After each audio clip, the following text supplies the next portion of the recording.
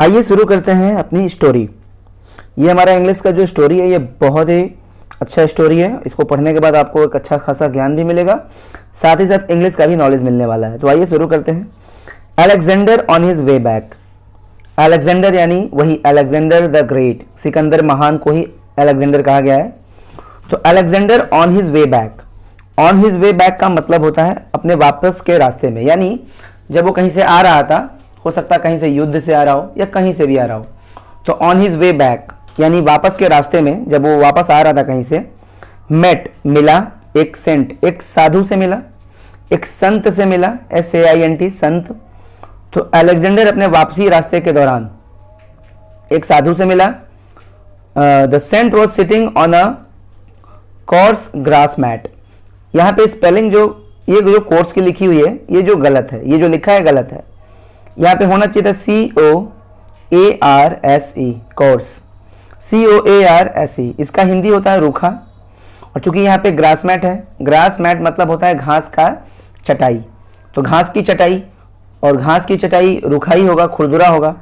यहाँ पे जो कोर्स लिखा है COURSE, इसका हिंदी होता है पाठ्यक्रम, इसलिए ये वर्ड यहाँ पे गलत है।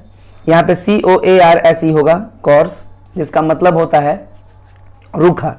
तो ग्रास मैट के लिए ये स्पेलिंग होना चाहिए था। तो वापस के रास्ते में जब वो वापस आ रहा था अलेक्जेंडर यानी सिकंदर, वो एक साधु से मिला।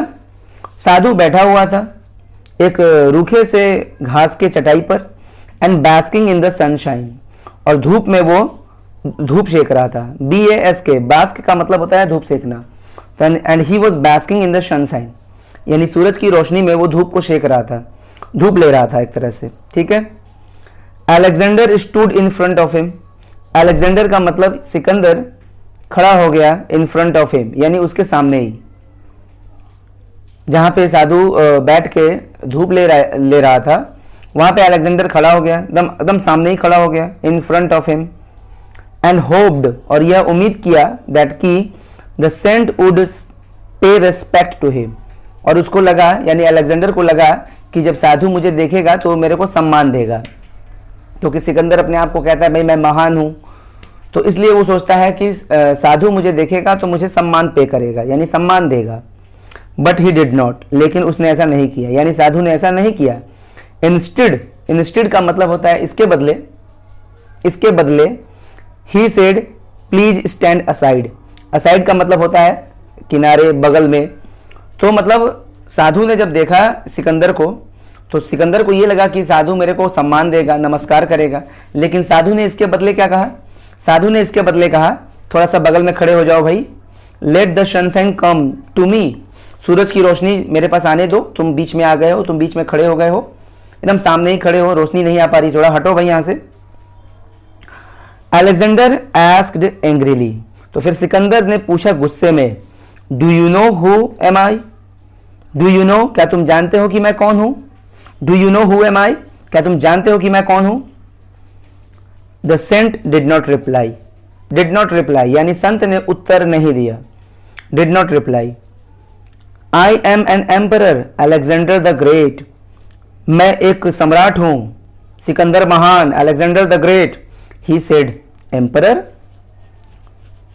यानी अलेक्जेंडर ने कहा कि मैं एक सम्राट हूं, मेरा नाम है अलेक्जेंडर द ग्रेट, सिकंदर महान। तो उसने कहा, किसने? संत ने कहा एम्परर, सम्राट, यू, तुम, no no no, you are not, तुम सम्राट नहीं हो सकते, तुम सम्राट नहीं हो। ये सारी बातें किसने कहा? सेड द सेंट, यानी ये सारी बातें संत ने कहा। आगे लिखा हुआ है सेड द सेंट, यानी संत ने कहा कि तुम सम्राट तो नहीं हो भाई।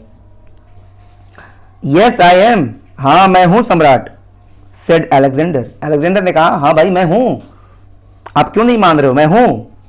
आई हैव कॉन्कर्ड, कॉन्कर एक वर्ड है CONQUER, कॉन्कर का मतलब होता है विजय प्राप्त कर लेना, ठीक है।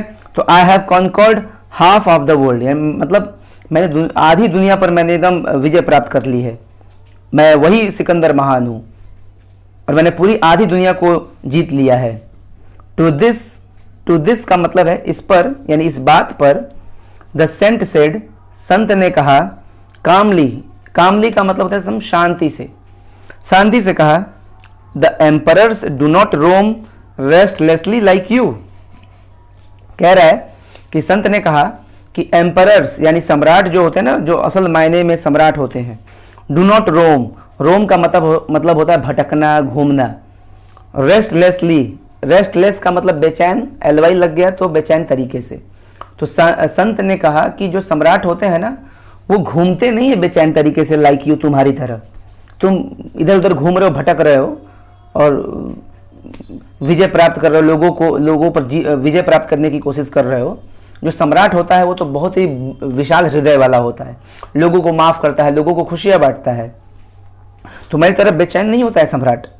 गो मैन मतलब जाओ भाई, गो मैन जाओ, ट्राई कोशिश करो, to conquer the hearts of the people by love, जाओ कोशिश करो कि लोगों का तुम दिल जीत सको बाय लव, प्रेम से। ऐसा सुनने के बाद अलेक्जेंडर बोड, BOW, बो का मतलब झुकना होता है, BOW, बो का मतलब झुकना होता है। अलेक्जेंडर झुका एंड क्वाइटली, धीरे से, शांति से, वॉकड अवे, वहां से चलता बना, निकल लिया, चला गया। ये था हमारा पैसेज। अब इस पे कुछ क्वेश्चन आंसर्स देखेंगे हम लोग। Okay, why did the saint asked, यहाँ पे आस्क्ड नहीं होगा, यहाँ पे आस्क होगा, ये थोड़ा सा मिस्टेक है। जिस सेंटेंस में डिड आ जाए ना, उसके बाद वर्ब का पहला रूप आता है, न कि वर्ब का सेकंड रूप। Why did the saint ask Alexander to stand aside, यानी संत ने क्यों कहा। आस्क का मतलब पूछना भी होता है, कहना भी होता है। तो why did the saint ask Alexander to stand aside, यानी संत ने सिकंदर से क्यों कहा कि थोड़ा सा बगल में खड़े हो जाओ, साइड में खड़े हो जाओ, क्योंकि धूप सामने नहीं आ रही थी ना, क्योंकि उसने सिकंदर ने ब्लॉक कर दिया था धूप को, मतलब सामने से धूप जो आ रही थी उसको ब्लॉक कर दिया था। तो आंसर हमारा होगा बी, ठीक है। He was blocking the sunshine, क्योंकि वो सनशाइन को यानी धूप की रोशनी को वो ब्लॉक कर रहा था, रोक रहा था, उसकी वजह से धूप नहीं आ पा रही थी, इसीलिए संत ने कहा कि थोड़ा भाई साइड हट जाओ। वैसे ए ऑप्शन नहीं होगा, क्योंकि ए का हिंदी होता है कि he was not a devotee, वो भक्त नहीं था। ही वॉन्डर्ड रेस्टलेसली, वॉन्डर का मतलब भी घूमना होता है, तो वह घूमता था बेचैन तरीके से, ऐसा कुछ नहीं है। उन्होंने, संत ने हटने के लिए इसलिए कहा क्योंकि धूप नहीं आ रही थी। And he did not seek permission, उसने परमिशन नहीं मांगी थी। सीक का मतलब मांगना भी होता है, तो he did not seek permission, उसने परमिशन नहीं मांगी थी। तो ऐसा कुछ नहीं है, वो धूप को रोक लिया था, इसीलिए उसने कहा साइड हट जाओ भाई। अगला प्रश्न है, which of the following words mean conquer. कह रहा है कि इन चारों ऑप्शन में से कॉन्कर का मीनिंग क्या होता है। तो कॉन्कर का मतलब होता है विजय प्राप्त कर लेना, यानी सामने वाले को हरा देना, हरा देना। इसलिए आंसर होगा हमारा बी, सॉरी बी नहीं होगा, बेहतर आंसर हो जाएगा वी, विन हो जाएगा, विन।